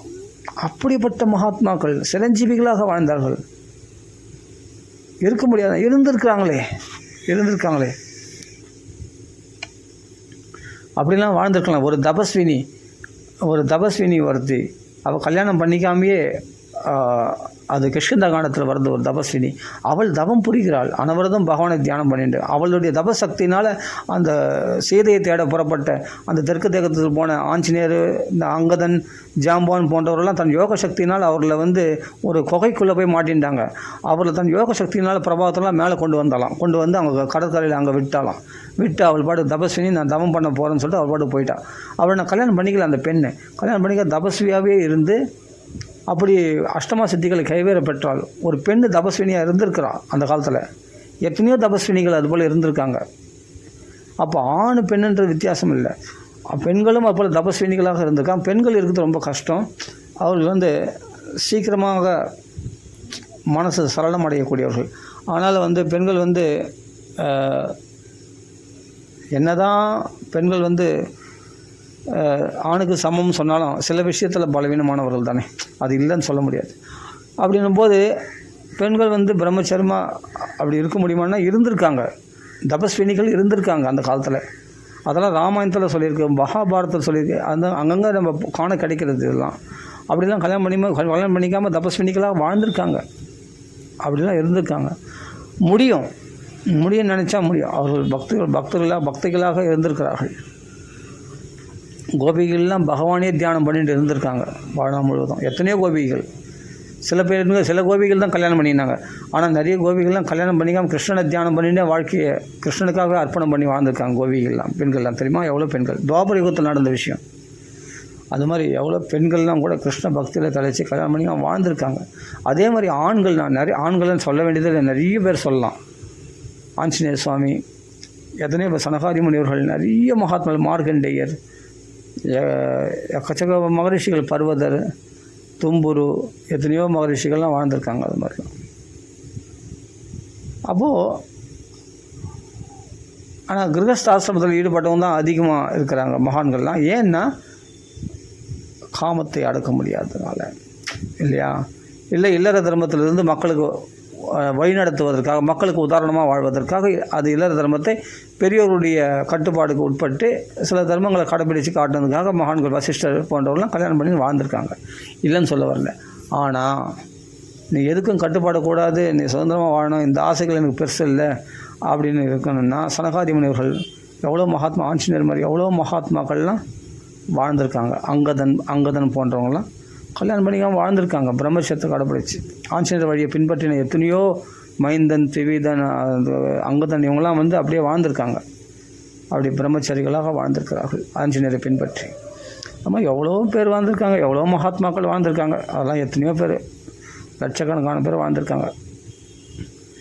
ஏன் சொல்கிறேன்னா, இது எனக்கு கல்யாணம் பண்ணிக்கிறதுக்கு முன்னாடி அந்த ஞானிகள் சொன்ன விஷயம், அந்த சாமியார் மடத்துலேயும் அந்த இஸ்கான்லேயும் சொன்ன விஷயம். அதனால் ஒரு சந்தோஷமும் கிடையாது. சந்தோஷத்தை விட துக்கங்கள் தான் அதிகம்.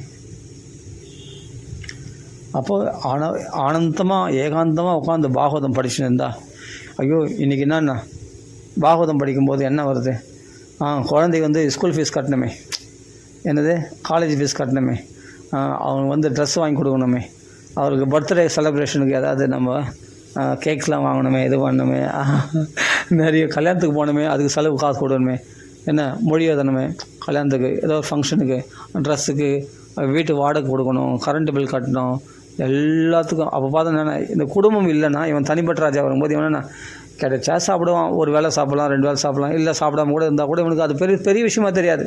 யாரும் இவனுக்கு கேள்வி கேட்க போகிறதில்ல தனிப்பட்ட வரும்போது. ஆனால் குடும்பம்னு இருக்கும்போது பற்றியா கட்டின மனைவிக்கு சாப்பாடு போட மாட்டான், குழந்தைய சரியாக குழந்தைங்களை பெற்றுட்டானே தவிர சரியாக கவனிக்க மாட்டான், குடும்பத்தை சரியாக கவனிக்க மாட்டான் பார்த்தியா அப்படின்னு 1000 பழி சொல்லும் இந்த உலகமானது. உண்மையில பழி சொல்லும். ஆஹா, குழந்தைய சரியாக கவனிக்க மாட்டா பாரு ஒரு தாய்க்காரி, ஒரு குழந்தைய சரியாக கவனிக்கிறாள் பாரு, குழந்தைக்கு சரியாக வளர்க்குறாள் பாரு, குழந்தை என்ன வளர்த்துக்கிறாவோ, நல்ல பழக்க வழக்கத்தோடு குழந்தைய சரியாக வளர்க்கல, ஏமா பொண்ணு சரியாக கவனிக்க மாட்டேன், ஏன் பிள்ளைய சரியாக கவனிக்க மாட்டேன்னு தாயை குறை சொல்லுவாங்க, அப்பாவை குறை சொல்லுவாங்க. 1008 பிரச்சனைகள், நிறைய பிரச்சனைகள். ஆனால் இவங்க தான் கடினமாக உழைச்சி கஷ்டப்பட்டு எல்லாமே செயல்படணும். இதில் ஏதாவது குறை வந்துச்சுன்னா உடனே உலகம் ஏச ஆரம்பிச்சிடும். உலகன்றது யார்? நம்ம சொந்த பந்தங்களும் நம்ம உறவினர்கள் தான், வேறு யார்? அப்போ என்னென்னா ஒரு பொண்டாட்டி காப்பாற்ற துப்பு இல்லை, என்ன பிள்ளை குட்டிகளை காப்பாற்ற துப்பு இல்லை, 1008 பழி இவனுக்கு வரும் இவனுக்கு எல்லாமே. அப்போ இவன் ஜாக்கிரதையாக இருக்கணும். ஜாக்கிரதையாக சம்பாதிச்சு வந்து எல்லோரும் கொடுக்கணும், கடினமாக உழைக்கணும், நல்லா நிறைய சம்பாதிச்சு அவங்களுக்கு எல்லாமே செய்யணும். ஆனால் அவர்களால் இவனுக்கு உதவி வருதோ இல்லையோ, ஆனால் இவன் கடமை செய்து தான் ஆகணும். அவர்களுக்கு இவன் உதவி பண்ணி தான் ஆகணும். உதவின்றதில்லை, இது இவன் கடமைன்ற ஒரு பேர் வந்துடும். அந்த கடமைன்ற ஒரு பொறுப்பு, ஒரு பாரத்தை தூக்கி இவன் தலைமையில் போட்டுருவாங்க, அந்த குடும்பஸ்தன் தலையில் போட்டோடனே. அதே மாதிரி பெண்ணுக்கு தான், அவன் கணவனுக்கு பற்றியா ஒரு சாப்பாடு கூட ஆக்கி போட மாட்டா, ஒரு சாமான் தொலைக்க மாட்டா, துணி துவச்சி போட மாட்டா, அவள் பாட்டுக்கு படுத்துன்னு இருக்கா. அப்புறம் இவன் பாட்டுக்கு என்ன பண்ண இவனே எல்லா வேலையும் செய்துப்பான் ஒரு கணவன் குடும்பத்தில். அப்புறம் நான் அந்த பெண் மேலே பழி. அவளால் முடியலன்னா கூட படுக்க முடியாது, அவளால் முடியல, உடம்பு சரியில்லை, ரெஸ்ட் தான் அவன் மேலே பழி வரும். பற்றியா அப்போ கணவனை சரியாக கவனிக்க மாட்டான், அவன் பார்த்து லட்சமாக ஒரு சம்பாதிச்சு வந்து கொட்டுறான், ஆனால் இவன் சரியாக கவனிக்கும். அப்போ அந்த பெண் மேலே பழி, அந்த பெண்ணை சரியாக கவனிக்கலாம், அந்த ஆண் மேலே பழி. இப்படி ஒருத்தருக்குள்ளே என்னென்னா கலகங்கள் தான் அதிகமாகுதே தவிர குடும்பத்தில் பிரச்சனைகள். அதில் வேறு நடுவில் உடம்பு சரியில்லைனா ஹாஸ்பிட்டலுக்கு அதுக்கு வேறு லட்சமாக செலவு பண்ணணும். நிறைய விஷயங்கள் நிறைய ப்ராப்ளம்ஸ் இருக்குங்க. அது பாட்டுக்கு போனால் அதெல்லாம் நீ கணக்கெடுத்து சொல்ல முடியாது, அசங்கேயம். அதுக்கு கணக்கே இல்லையா சம்சாரத்தில். இது சம்சாரன்ற காடுன்றாரு, சம்சாரன்ற பாழுங்கிணறுன்னு சொல்லியிருக்காரு பாகவதத்தில். எத்தனையோ சொல்லியிருக்காங்க. சம்சாரன்றது ஒரு சமுத்திரம். இந்த சமுத்திரத்தில் போய் தத்தளிக்கிற மாதிரி இந்த சம்சாரத்தில் தத்தளிக்கிறான் மனுஷன், கரையாத வழி தெரியாமல் அப்படின்னா எவ்வளவோ சம்சார சாகரமாக சொல்கிறாங்க. சம்சாரத்தை என்னென்னா காடாக சொல்கிறாங்க, சம்சாரன்றது பாழுங்கிணறுன்னு சொல்கிறாங்க, எத்தனையோ விதமாக சொல்கிறாங்க. அதனால் ஏன்னா மகான்கள்லாம் தீர்மானமாக சொல்லிட்டாங்க, ஆசையினால்தான் காமையே சகோதா, அதனால தான் அவனுக்கு சம்சாரம் ஏற்படுது. அது இவன் மகா ஆசனும் அந்த மேலும் மேலும் ஆசைகளும் இன்னும் அதிகமாக ஆசை அனுபவிக்கணுன்ற ஆசையில் மேலும் மேலும் அதிகமாக டென்ஷன், கோபம், தாபங்கள், சோகம். அப்போ ஒரு கெட்ட குணம் வந்துச்சுன்னா காமம், குரோதம், லோபம், மோகம், மதம், ஆச்சரியம் எல்லாம் வந்துடும். காமம் வந்துச்சுன்னாவே குரோதம் வந்துடும், லோபம் வந்துடும், பணம் சம்பாதிக்கணுன்ற ஆசை, பேராசை, அடுத்தவங்க சொத்தை கூட ஆட்டி போடணுன்னு ஆசை வந்துடும், கொள்ளடிக்கணும்னு ஆசை வந்துடும். அது மாதிரி எல்லாமே வந்துடும். அது நியாயம் கூட நம்ம சரி பண்ணிப்போம். அடுத்த சொத்தை நம்ம ஆசைப்படுறது கூட தெரியாமல் அதை நியாயப்படுத்த பார்ப்போம். அதுபோல் எத்தனையோ பேர் பண்ணுறாங்க இல்லையா, அதன் மிஸ்டர்கள். ஆனால் நியாயமாக இருக்கிறவங்க இருக்கிறாங்க, பரிசுத்துக்கு ஆசைப்படாமல் அப்படியே இருக்காங்க. காமக்ரோதம், லோபம், மோகம் எல்லாத்துலேயும் மயங்கிறது. அந்த பொருள் வாங்கலாமா, இந்த துணி வாங்கலாமா, அது வாங்கலாமா. ஆனால் பணம் பார்த்தா செலவு ஆகினே இருக்கும். இவன் எவ்வளோ சம்பாதிச்சாலும் பத்தாது, கைக்கும் வாய்க்குமே சரியாக இருக்கும். எவ்வளோ கஷ்டங்கள் அனுபவிக்கிறான். இதெல்லாம் பாகவதம் சொல்லணுமா? நம்ம வாழ்க்கையில் அன்றாட நிதர்சனமாச்சு. ஒவ்வொரு நாளும் நம்ம தான் அனுபவிக்கிறோம், அதான் நல்லா தெரியுது. இது பாகவதம் சொல்லி தான் நம்மளுக்கு சம்சார காடுன்னு தெரியணுமா, இது பாழுங்கிணறுன்னு தெரியணுமா, இது சாகரன்னு தெரியணும், தத்தளிக்கிறன்னு தெரியுமா? நல்லா தான் நம்ம தான் தத்தளிக்கிறோமே, நல்லா தான் சரியான போராட்டம். ஒவ்வொரு நாளும் ஸ்ட்ரகிள்ஸை ஃபேஸ் பண்ணுறோமே. ஒவ்வொரு நாளும் போராட்டம். மனைவி இடத்துல எப்படி பேசுறது, பிள்ளைங்கள் இடத்துல பேசுறது, யார் பேச்சு, வாக்குவாதம். நீ பெரிய ஆளா, நான் பெரிய ஆளா, ஈகோ ப்ராப்ளம். கணவன் மனைக்குள்ளே ஈகோ ப்ராப்ளம், பயங்கரமான டார்ச்சர், பிரச்சனை ஃபேஸ் பண்ண முடியல. முகம்லாம் சுருங்கி போய் எப்படியாவது வேலைக்கு போனால் அங்கேயாவது கொஞ்சம் ரிலாக்ஸ் ஆகணும்னு சொல்லிட்டு வேலைக்கு போய் ரிலாக்ஸாக இருக்கிறான். ஆனால் அங்கேயும் பார்த்தா பிக்கல் பிடுங்கள் சில விஷயங்கள்லாம். நம்மளுக்கு அவமானம் தாங்க முடியாது, உடனே அங்கே அவமதிப்பாங்க. அதெல்லாம் பொறுத்துக்குன்னு அங்கே வேலை செய்து நம்ம கையேந்தி நிற்கணும் அவன் கொடுக்குற கூலிக்காக. அந்த கூலிக்காக எல்லாத்தையும் பொறுத்துக்கணும். எத்தனை பாருங்கள், எவ்வளோ அடிமையாகிடுறோம் பாருங்கள். கல்யாணம் பண்ண பிறகு எல்லாருக்கும் அடிமணிஞ்சு போகணும். அவன் 10-20 கூலிக்காக அவன் சொல்கிற கட்டளைகள்லாம் நம்ம அடிமை மாதிரி கடைப்பிடிக்கணும். யாரோ ஒருத்தருக்கு, நம்ம அப்பா அம்மா கூட அப்படி கட்டுப்பட்டு இருக்க மாட்டோம். ஆனால் அவன் சம்பளம் கொடுக்குறான்றதுக்காக அவன் இஷ்டத்துக்கெல்லாம் நம்ம ஆடுவோம். அவன் பார்த்தா கொஞ்சம் சகவாசம் கொடுப்பான், ஆனால் பார்த்தா நமக்கு நல்ல வேலையை வாங்கிப்பான், நல்ல வேலையை உறிஞ்சிக்கிட்டு கொஞ்சமாக சம்பளம் கொடுப்பான். நம்ம அது திருப்தி இல்லாமல் சரி ஏதோ யாருக்கு தான் வேலை செய்யறதுக்கு விருப்பம் இருக்குது அப்படின்றான். கேட்டால் யாருக்கு தான் வேலை செய்ய விருப்பமே இல்லை, சரி வேறு வழி இல்லையே, குடும்பம் நடத்தணுமே ரன் பண்ணுமே, இல்லை ஊர் உலகம் என்ன சொல்ல, அது மட்டும் என் குழந்தைங்க அனாதையாக நின்றுடுமே, அதுக்காக நான் சம்பாதிக்கிறேன், வேலைக்கு போய் அழுவேன். அப்போ இவ்வளோ துன்பங்களை அனுபவிச்சுட்டு தான் அப்போ என்ன சந்தோஷத்தை அனுபவிச்சேன்னா ஒரு சந்தோஷமும் கிடையாது. இது எனக்கு துன்பம் வராமல் இருக்கிறதுக்காக நான் போராடுறேன், அவ்வளோதான். எது மேலும் துன்பம் வராமல் இருக்கிறதுக்காக நான் சம்பாதிச்சு இதெல்லாம் நான் கரெக்டாக சேஃப்டி பண்ணி வரேன். கடன்லாம் அடைச்சின்னு வரேன். ஏற்கனவே கடன் ஒரு 2 லட்சம் 3 லட்சம் கடன் வாங்கிட்டேன், 6 லட்சம் கடன் வாங்கிட்டேன். அது மட்டும் அது அடைக்கணும். அதுக்கு வட்டி கட்டினதுக்கே சரியாக போகுது. சம்பளம் வர்றது, வீட்டு வாடகை கட்டுறதுக்கு, எல்லாம் மளிகை சாமான் வாங்கிறதுக்கு, குடும்பத்தில் வந்து ட்ரெஸ் எடுக்கிறதுக்கு தேவைகள், அதெல்லாம் நடுவில் நல்லா சிரிப்பாங்க. அந்த சிரிப்பு வந்து தற்காலிகமான சிரிப்பு. அப்புறம் வந்து என்னென்னா கொஞ்சம் ஃபேஸ் பண்ணுவாங்க. அவள் மறுபடியும் கஷ்டங்கள், துன்பங்கள், இதே தான், அதே ரொட்டீனாக. அக்கடான்னு எப்போ கை காலை வீசி படுத்தேன், இன்றைக்கி நிம்மதியாக இருந்து. லீவ் போட்டு தான் நிம்மதியாக இருக்க முடியும். உனக்கு தான் வந்து வேலையில் ரெஸ்ட்டே கிடையாது. அவனால் லீவ் போட்டு ஒரு நாள் சம்பளத்தை கட் பண்ணி ஏதோ கொஞ்சம் ரிலாக்ஸ் பண்ணால் தான் உண்டு, இல்லைன்னா அவனுக்கு கிடையாது. அப்படிலாம் கஷ்டப்படுது. ஆனாலும் நன்றி கெட்ட உறவினர்கள் நீ என்ன பெருசாக செய்துட்ட அப்படின்னு அந்த பிள்ளைகள் வந்து பின்னாடி சொல்லும்போது அவனுக்கு மனசு குத்தும். அந்த வேதனையை அனுபவிப்பான். வாழ்நாள் முழுதும் வேதனை, இவர்களை காப்பாற்றுறதுக்கு வேதனை அனுபவிச்சது போதாதுன்னு பின்னாடி வந்து இவனால் சம்பாதிக்க முடியாத போது அதெல்லாம் அப்படியே வர்ணிச்சிருக்கு. கபில வாசுதேவருடைய உபதேசத்தில் அப்படியே வர்ணிச்சிருக்கு. அர்த்தை ஆபாதிதை, பணத்தை சம்பாதிக்க சக்தி இல்லாத போது அப்போது அவனுக்கு இருக்கிற மரியாதையை எல்லாம் போயிடுமா. முன்னாடி இருந்த மரியாதை இப்போ இருக்காதான். எப்படின்னா அந்த ஸ்லோகம் டக்குன்னு ஞாபகம். கிழட்டு காளையை எப்படி அடிமாட்டு விலைக்கு விற்றுருவானோ, கிழட்டு காலை வந்து வண்டி இழுக்கிறது சக்தி இல்லை அப்படின்னு அந்த மாடை இத்தனை நாள் நம்மளுக்காக உழைச்சிட்டேன்னு அதுக்கு ஏதாவது வெட்டினரி ஹாஸ்பிட்டலில் போய் சரி பண்ண பார்க்க மாட்டான். அதுக்கு இப்போ எங்கன்னா 10 ரூபா கூட கிடச்சுன்னா அடிமாட்டு விலைக்கு கொண்டு போய் விற்றுருவானா. விற்றுட்டு புது மாடு கட்டிப்பான், புது மாடு வாங்கிப்பான் அந்த காசில். அப்போ அந்த மாடு மேலே நன்றி இல்லை, அது எங்கன்னா தள்ளி விட்ருவான். பணம் கிடச்சுன்னா வேறு எங்கன்னா தள்ளி விட்ருவான். 20 வருஷமாக நமக்கு உழைச்சதே அந்த மாடு, எருது மாடுன்னு நினைக்க மாட்டான். அது மாதிரி அவமத்திய உபன்யஸ்தம், அதை டக்குன்னு மறந்துச்சு அந்த ஸ்லோகம். அது மாதிரி கிழட்டு காளையை அவமதிக்கிற மாதிரி இந்த கிழவனை அவமதிச்சுவாங்களாம் வீட்டில், குடும்பத்தில். முன்ன இருந்த மரியாதை இருக்காது. இது ஒரு சோமடா இது. ஏன்னா இப்போ சம்பாதிக்க சக்தி இல்லை, ரிட்டைர்மெண்ட் ஆகிட்டு எல்லாமே பணத்தெல்லாம் வந்து கல்யாணம் பண்ணி கொடுத்தாச்சு, எல்லாம் பண்ணியாச்சு, பாகம் பிரித்து கொடுத்தாச்சு. இனிமேல்ட்டு இவருக்கு சாப்பாடு மரியாதை இருக்காது, எதுவுமே மரியாதை கொடுக்க மாட்டேன். அப்படி அவமதிக்கப்பட்டு, ஆனால் கிரகபாலவத்து அந்த வீட்டை காக்கிற நாய் போல் அந்த எச்சில் கலையை அவர்கள் சாப்பிட்டு மிச்சம் கொடுத்தாங்கன்னா அதை எச்சில் கலையை நாய் நக்கி சாப்பிட்ற மாதிரி சாப்பிட்டுன்னு அங்கேயே இருப்பானா. அப்போ கூட பார்சாதி கோயிலுக்கு வரமாட்டானா, பகவானை பார்க்க வரமாட்டானா. இந்த நிலையெல்லாம் ஏற்படும் அப்படின்னு சொல்லிட்டு சம்சாரத்தில் புகுந்தவனுக்கு எவ்வளோ பெரிய கஷ்டங்கள். ஆரம்பத்துலேயும் துன்பம், நடுவில் வாழும்போது சந்தோஷமாக நல்லா உடம்பு தெம்பாக இருக்கும்போது வாழும்போது துன்பம். அப்போ பல்லு கொட்டி கண்ணு தெரியாமல் காது மந்தமாகி நாக்கு குளரும் போது தடுமாறி கூனி குறுக்கி நடந்து தோல்லாம் சுருங்கி அப்படி முட்டிக்கால் தட்டி அப்படி விழுந்த போது அப்பவும் துன்பம்தான். இது ஒரு சுமை. ஆமாம், இது மலமூத்தத்தில் நம்மளை எடுத்து போட வேண்டார். தலையெழுத்து சனியை செத்தாது தொழிக்குதா, இப்படியே நான் காதுபட கேட்டிருக்கேன். எங்கள் தாத்தாவெல்லாம் சொல்லும்போது நான் கேட்டிருக்கேன். அது மாதிரிலாம் சொல்லுவாங்க. அது மாதிரிலாம் சனி இது ஒரு சுமையாக இருக்குது. அடிக்கடி இதை பிடிச்சின்னு போய் இந்த பாத்ரூமில் அடினா நம்ம தான் இட்டு போய் விட வேண்டாம் இருக்குது, எல்லாம் பண்ண வேண்டாம் இருக்குது. அது உடம்பெல்லாம் தொடச்சி விட வேண்டாம் இருக்குது அப்படின்னு சொல்லி அவர் எவ்வளோ செய்திருப்பார் சின்ன வயசில் சொல்கிறேன். ஆனால் அதை நினைக்க மாட்டாங்க. அப்போது அது ஒரு சுமையான்னு நினைப்பாங்க.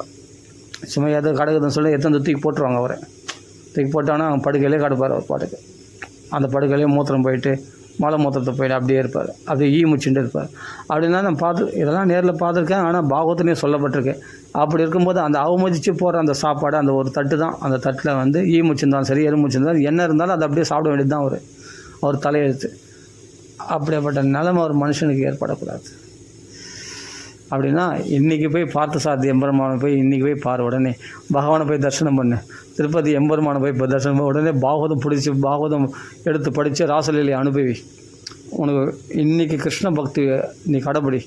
அப்போ தான் கடைசி காலத்தில் உனக்கு இந்த துன்பங்கள்லாம் இல்லாமல் நல்லபடியாக பகவான் வந்து அழைச்சிட்டு போவான்.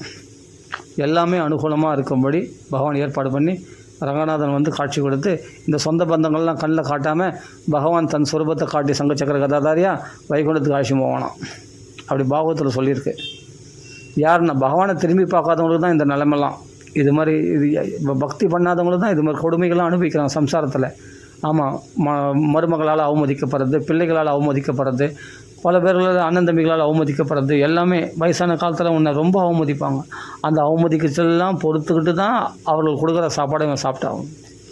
இந்த வாழ்க்கை தேவையா அப்படின்ற மாதிரி என்னென்னா, சில பேர் அதான் முதியோர் இல்லத்தை கூட தள்ளிடுறாங்க. வேணாம், இவங்க சுமையாக இருக்கிறாங்க, இவங்கள பார்த்துக்க முடியாது அப்படின்னு சொல்லிட்டு பிள்ளையே என்ன பண்ணுறான், முதியோர் இல்லத்துக்கு எடுத்து வந்து வச்சுட்டு உனக்கு மாதம் மாதம் காசு அனுப்பிச்சிட்றேன். அதுதான் இது. அதுதான் முதியோர் இங்கே இருந்துக்கினே நீ அதான் ஓல்டேஜ் அந்த முதியோர் தள்ளி ஏதோ காசு அனுப்புவோம், 1000 2000 சிம்பிளாக. அதை வச்சு அவங்க ஏதோ சாப்பிட்டுன்னு உயிரோடு இருக்கிற வரைக்கும் அப்படியே வயிற்று கழுவின்னு இருக்க வேண்டியது தான். அவங்களுக்குன்னு ஒரு சுதந்திரம், டிவி பார்க்குறது, ஒரு இது பேரம்பேத்திகளோட கொஞ்சம் இது எதுவுமே இருக்காது அவங்களுக்கு முதியோர் இல்லத்துக்கு தள்ளிட்ட பிறகு. ஏன்னா இப்போ சம்பாதிக்க ஆரம்பிச்சிட்டோன்னா இவனை பார்த்துக்கிறதுக்கு ஆள் இல்லை, அப்பா அம்மா பார்த்துக்கிறதுக்கு ஆள் இல்லை. அதனால் முதியோர் இல்லத்தை அங்கே பார்த்துப்பாங்க. அங்கே ஏதாவது ஒரு அமௌண்ட்டு பே பண்ணி அப்படி தள்ளி விட்டுறான் அப்பா அம்மாவை. இந்த கொடுமைகள்லாம் நிறைய நடக்குது. இதெல்லாம் சம்சார தாபங்கள். இதெல்லாம் பாகவதத்தில் அன்றைக்கே இவ்வளோ கொடுமைகள் சொல்லியிருக்குன்னா, இன்றைக்கி இருக்கிற நிலைமையை பார்த்தா அப்பா அம்மாவை கூட சீண்டாமல் துரத்தி ஒரு அளவுக்கு இன்றைக்கி ரொம்ப கொடுமைகள் நடக்குது. அப்பா அம்மாவை திரும்பி கூட பார்க்காம இன்றைக்கி பார்த்தாரோன்னா வியாசாச்சாரியார் இன்னும் பயங்கரமாக, கபில வாசுதேவர் பார்த்துருந்தாருன்னா பயங்கரமாக எழுதியிருப்பார் போல் இருக்குது. பாகவதத்தில் தம்பதிகள் அனுபவிக்கிற கொடுமைகளும், இப்போ புனர்விவாகம் நடக்குது, டைவர்ஸு அப்படின்லாம், இதெல்லாம் நினச்ச போது இன்னும் பயமாக இருக்குது. எத்தனை கல்யாணம் பண்ணிக்கிறாங்க ஒரு பெண்ணு, எத்தனை கல்யாணம் பண்ணிக்கிறாங்க ஒரு ஆண், நினைக்கும் போது அதெல்லாம் பார்த்தா ஆச்சரியமாக இருக்குது. அப்படின்னும் போது இன்றைக்கி கபில வாசுதேவர் இருந்தாருன்னா இன்னும் பயங்கரமாக அந்த சம்சார தாபங்களை பயங்கரமாக வர்ணிச்சிருப்பார் போல் இருக்குது. அப்படி அனுபவிக்கிறாங்க. அதனால் எதுக்காக சொல்ல வந்தேன்னா, இது ஏதோ நான் எனக்கு இந்த அனுபவங்கள், அதாவது என்னென்னா அந்த மகாத்மாக்களுடைய சகவாசத்தினால அவர்கள் சொன்ன விஷயங்களை எல்லோரோட ஷேர் பண்ணிக்கணும் அப்படின்னு தோணுச்சு. அதனால் இதை நான் சொன்னேன். ஆனால் விஷயம் இதுதான் என்னென்னா, சம்சாரத்தில் விழாமல் இருக்கிறதுக்கு தான் புத்திசாலித்தனம். சம்சாரத்தில் விழுந்துட்ட பிறகு அதில் எப்படி தப்பிக்கிறதுன்னு முயற்சி பண்ணுறதை விட, அதுக்கு முன்னாடி சம்சாரத்தில் விழாமல் இருக்கிறது ஒரு புத்திசாலித்தனம் தானே. அதனால தான் இது உங்களோட ஷேர் பண்ணிக்கணும்னு தோணுச்சு, அதனால் ஷேர் பண்ணிக்கிட்டேன். அதனால் இன்றைக்கி கூட அந்த மகாத்மாக்களை நான் நினச்சின்னு இருக்கேன். அவங்களாம் மறைஞ்சிட்டாங்க. அவங்களாம் என்றைக்கு எவ்வளோ வருஷத்துக்கு முன்னாடி, எனக்கு கல்யாணம் ஆகிறதுக்கு முன்னாடி மகாத்மாக்களை பார்த்தது. அவர் தாமிர பிரபுவும் வைகுண்டம் அடைஞ்சிட்டார். அந்த சாமி மரத்தில் இருக்கிற அப்போயோ வயசானவர். அவர் ஒரு இடுப்பில் துண்டு கட்டினிருப்பார், ஒரு தடி வச்சுன்னு. ரமண மகரிஷி மாதிரியே கோமணம் கட்டினிருப்பார் ஒருத்தர். அந்த மகாத்மாக்கள்லாம் எவ்வளோ உபதேசம் பண்ணாங்க. நம்ம ஏன் கேட்டேன், அதெல்லாம் கேட்காம. ஆனால் அவர்கள் சொன்னது இன்றைக்கி தான் வேதவாக்காக தெரியுது. எவ்வளோ விஷயங்கள் சொன்னாங்க, குழந்தைக்கு சொல்கிற மாதிரி சொன்னாங்க.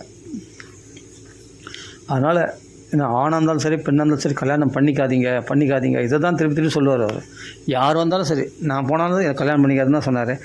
யார் வந்தாலும் சரி, கல்யாணம் பண்ணிக்காமல் நல்லாரு, சந்தோஷமாக இரு, அப்படி தான் சொல்லுவார் அந்த மகாத்மாக்கள்லாம். அது வியாசர் படத்தில் ரவீஸ்வரர் கோயில் பக்கத்தில் அங்கே சாமியார் மடத்தில் இன்றைக்கும் இருக்காங்க. இன்றைக்கி வேறு யாரையோ இருக்காங்க, அவங்களும் மறைச்சிட்டாங்க. அந்த மகாத்மாக்கள்லாம் சித்தி அடைஞ்சிட்டாங்க. சரி, சித்தாபதி ராம ராம ராம ராம ராம ராம ராம ராம. சம்சாரத்தில் நிம்மதி கிடையாது, துன்பம் மட்டும்தான். நிம்மதி எதில் இருக்குன்னா பாகவத தர்மத்தில் மட்டும்தான் நிம்மதி இருக்குது. தெரிஞ்சுக்கணும். ராம ராம ராம ராம. பணம், சொத்து, சுகத்தை தேர்றதுக்காக ஓடுறான்ல, எதுக்காக? கல்யாணம் பண்ணிக்கணுமே, குடும்பத்தை ரட்சிக்கணுமே, அப்படிக்காக வியாபாரத்தை விருத்தி பண்ணுறான், எல்லாம் பண்ணுறான். ஆனால் எவ்வளோ சிரமங்கள் படுறான்னு யோசிச்சு பாருங்கள். அது கிடைச்சதுல அது நிம்மதியாக உட்கார முடியாது. அப்போ தான் இன்னும் பலு அதிகம், அவனுக்கு பொறுப்புகளும் அதிகமாகிடுது, வேலைகளும் அதிகமாகுது. அவ்வளோதான். காலம் பூரா இவன் அடிமாடு தான், உழைச்சுட்டே இருக்கணும். ஆமாம், வண்டி ஏறுது மாதிரி உழைச்சுட்டே இருக்கணும். நான் சொல்லலை, பாகவதத்தில் கபில வாசுதேவர் சொல்கிறார், வண்டி ஏறுது மாதிரி உழைக்கிறானா. அப்படிப்பட்ட அது என்னது, கோராஜம் இல்லை, அது பார்த்துடலாம். ஸ்லோகத்தை பார்த்தே ஆகணும், ஆகாம விடக்கூடாது. 3வது ஸ்கந்தத்தில்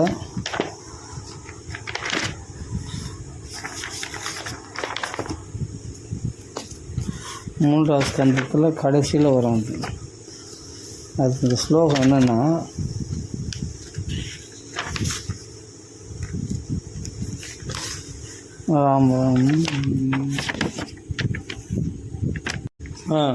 நாத்ரியந்தே யதா பூர்வம் கீனாஷா இவ கோஜரம். நாத்ரியந்தே யதா பூர்வம், முன்னாடி எப்படி கவனித்தாங்களோ அப்படி வயசான காலத்தில் கவனிக்க மாட்டாங்களாம்.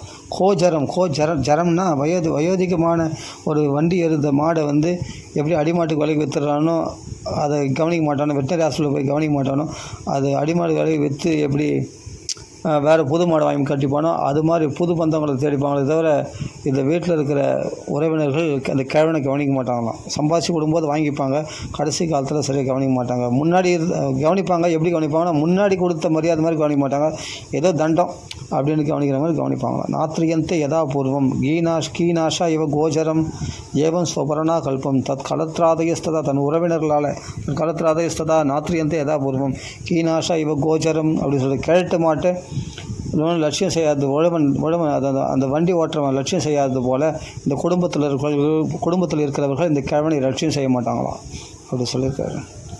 அதான் இந்த சம்சார தாபத்தை பற்றி 30வது அத்தியாயம் 3வது ஸ்கந்தத்தில் 30வது அத்தியாயம் பூரா அந்த நரக துக்கங்கள், சம்சாரத்தில் ஏற்படக்கூடிய நரக துக்கங்கள் அப்படியே வர்ணிக்கிறார் கபில வாசுதேவர். ஏன்னா நம்மளுக்கு வைராக்கியம் உண்டாகணும்னுக்காக அவர் இனிமையாக சொல்லியிருக்காரு.